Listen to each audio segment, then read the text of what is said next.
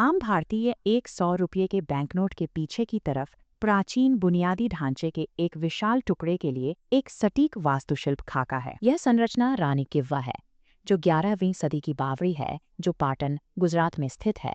इसमें शामिल इंजीनियरिंग को समझने के लिए हमें इस ज्यामिति को द्विआयामी उत्कीर्णन से बाहर निकालना होगा और इसे त्रिआयामी शून्य में छोड़ना होगा। वॉल्यूमेट्रिक पदचिह्न बड़े पैमाने पर है। यह संरचना 64 मीटर लंबी, 20 मीटर चौड़ी और पृथ्वी में 27 मीटर गहराई तक फैली हुई है। रानी उदयमती द्वारा 1063 सी में कमीशन किया गया। बावड़ी ने राजा भीमदेव प्रथम को एक स्मारक श्रद्धांजलि के रूप में कार्य किया। मानक वास्तुशिल्प महत्वाकांक्षा आमतौर पर एक क्षितिज पर हावी होने के लिए ऊपर की ओर एक स्मारक बनाने का आदेश देती है। रानी की वो मिट्टी में डुबकी लगाकर एक ही पैमाना बनाती है, जबकि यह एक जलाशय के रूप में कार्य करता है।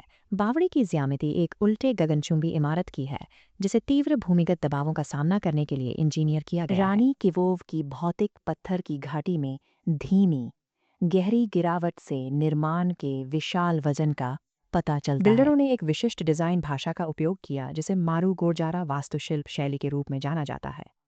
यह शैली एक कठिन इंजीनियरिंग संतुलन का प्रबंधन करती है। यह आसपास के भूविज्ञान की कुचल संपीड़न शक्तियों का प्रतिरोध करता है, आगंतुकों के लिए एक खुला, सुलभ इंटीरियर बनाए रखते हुए। यह संरचनात्मक आवश्यकता साइट के भूगोल से जटिल थी, जो सीधे सरस्वती नदी के तट पर स्थित है। नदी बेसिन में एक विशाल भूमिगत शून्य का निर्माण करने का अर्थ है गाद को स्थानांतरित करना, अत्यधिक संतृप्त मिट्टी और मौसमी बाढ़ से जूझना। बावड़ी का डिजाइन इस शत्रुतापूर्ण जल विज्ञान वातावरण के लिए एक परिकलित प्रतिक्रिया है, जिसके लिए एक विशाल स्थिर शून्य की आवश्यकता होती है। पत्थर की वास्तुकला को अलग करने से हमें कच्ची खुदाई की गई खाई मिल जाती है। आधुनिक मशीनरी के बिना 11वीं शताब्दी के इंजीनियरों को हजारों घन मीटर घने नदी बेसिन पृथ्वी को सुरक्षित रूप से विस्थापित करना पड़ा। इस शून्य के लिए प्राथमिक खतरा पार्श्व मिट्टी का दबाव आसपास की गाद और रेत निरंतर बल लगाते हैं, छेद को ढहने की कोशिश करते हैं। एक मानक फ्लैट ऊर्ध्वाधर बनाए रखने वाली दीवार 27 मीटर की गहराई पर इन बलों के तहत झुक जाएगी। इसका मुकाबला करने के लिए इंजीनियरों ने दीवारों को बांधने के लिए स्टेप्ड लोड डिस्ट्रीब्यूशन का इस्तेमाल किया। कैस्केडिंग सीढ़ियां पृथ्वी के वजन को वापस रखने के लिए आवश्यक मौलिक भौतिक तंत्र हैं। सीढ़ीदार गलियारों और मंडपों के 7 स्तर एक आंतरिक मचान के रूप में कार्य करते हैं, जो सीधे मिट्टी की दीवारों के खिलाफ होते हैं। 27 मीटर के वंश को 7 अलग अलग स्तरों में विभाजित करने से नदी के किनारे का पार्श्व भार छोटे, प्रबंधनीय खंडों में टूट गया। स्तंभित मंडप आंतरिक क्रॉस ब्रेसिंग के रूप में कार्य करते हैं। वे पूरे फ्रेम में पार्श्व भार को समान रूप से स्थानांतरित करने के लिए खाली जगह को पाटते हैं। ये खंभे और उनके विशाल पत्थर के लिंटल्स एक कठोर आंतरिक ढांचा बनाते हैं, जो भूवैज्ञानिक आंदोलन का विरोध करने में सक्षम है। इस भूमिगत प्रणाली की स्थिरता निश्चित रूप से साबित हुई थी जब बावड़ी अंततः सदियों से नदी के नमक द्वारा दफन हो गई थी। सैकड़ों वर्षों तक भारी गीली तलछट में पैक होने के बावजूद प्राथमिक ढांचा 1940 के दशक में इसकी खुदाई तक जीवित रहा। मारू गुर्जरा स्तरीय डिजाइन एक अनुकूलित भूमिगत ट्रस प्रणाली है। संरचना के बहुत नीचे प्राथमिक इंटरफेस एक आयताकार पानी की टंकी है। यह टैंक संरचना की झरझरा निचली सीमाओं के माध्यम से स्वाभाविक रूप से रिसने के लिए 12मासी भूजल में टैप करता है। 27 मीटर की गहराई यह सुनिश्चित करती है कि शुष्क मौसम के दौरान भी टैंक जलरेखा से नीचे रहे, जिससे साल भर एक विश्वसनीय जल स्रोत मिलता है। मानसून के दौरान निचले सीढ़ीदार गलियारे एक राहत वाल्व के रूप में कार्य करते हैं, जो ऊपरी रिटेनिंग दीवारों से समझौता किए बिना मौसमी अतिप्रवाह को अवशोषित करते हैं।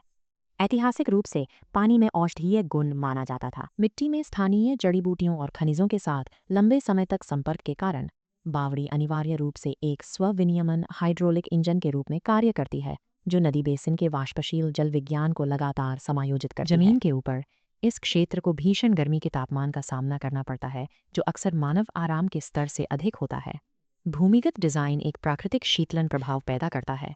जैसे ही हवा कुएं में उतरती है, सतह की तुलना में तापमान काफी गिर जाता है। बाष्पीकरणीय शीतलन तब होता है जब हवा गहरे पानी की टंकी के ऊपर से गुजरती है और परिणामी ठंडी हवा छायांकित मंडपों के भीतर पूल हो जाती है। प्राकृतिक प्रकाश को सख्ती से नियंत्रित किया जाता है। सूरज की रोशनी छतों को रोशन करती है और अधिक गर्मी को रोकने के लिए गहरे मंडपों को स्थायी छाया में छोड़ देती है।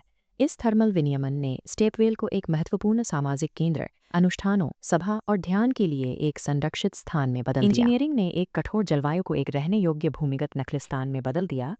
हिंदू पौराणिक कथाओं की 1000 500 से अधिक जटिल नक्काशी इस लोड असर ढांचे पर लागू की जाती है। ये नक्काशी केवल सजावट नहीं है, वे सीधे संरचनात्मक स्तंभों और दीवारों को बनाए रखने में एकीकृत होते हैं जो अच्छी तरह से खड़े रहते हैं। 7 स्तरों के माध्यम से भौतिक वंश एक ब्रह्मांड संबंधी यात्रा को प्रतिबिंबित करता है जो आध्यात्मिक प्रोग्रामिंग के साथ संरचनात्मक आवश्यकता को संरेखित करता है। एक एकीकृत पूरे के रूप में देखा जाता है। संरचना एक उन्नत सिविल इंजीनियरिंग प्रणाली, भाग ट्रस, भाग जलाशय और भाग थर्मल नियामक है। ट्रस और हाइड्रोलिक इंजनों की यह एकीकृत प्रणाली अपने सबसे सामान्य रूप में चपटी हो जाती है। एक 100 रुपये के नोट के पीछे उत्कीर्णन पाया गया है। रानी की वोव एक स्मारकीय उत्तरजीविता प्रणाली बनी हुई है जिसे लाखों लोग हर दिन अपनी जेब में रखते हैं।